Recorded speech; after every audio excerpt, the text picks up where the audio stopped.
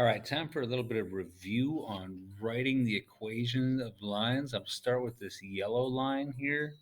It's real steep and it's definitely a negative slope. I really want you guys to recognize positive and negative slopes. The green line is also a negative slope, but it's shallower. So let's figure out how to write this equation in y equals mx plus b slope-intercept form. If I can identify the intercept where it crosses the y-axis, I can simply change that to a 4. It's definitely positive, so it'll be plus 4. And now all I need is the slope. So if I can identify the slope, the m, I can write this equation real easily. Now I have to find where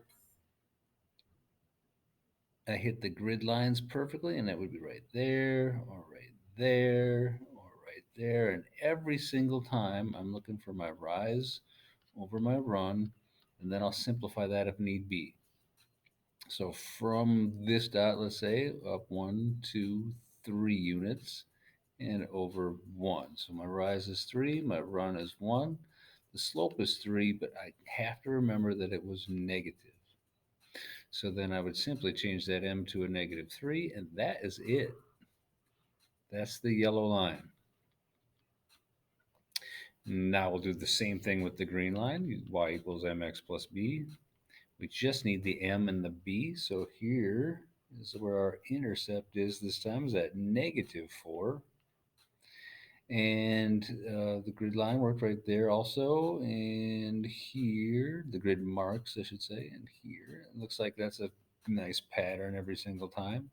Again, the slope is negative, so I could even put that in my equation right now, negative. And then all I need is my rise and my run. So from one dot to the next, I rose up 1 to be even with it, ran over 3, and I've got a slope of 1/3, -1/3. That's the equation of the green line.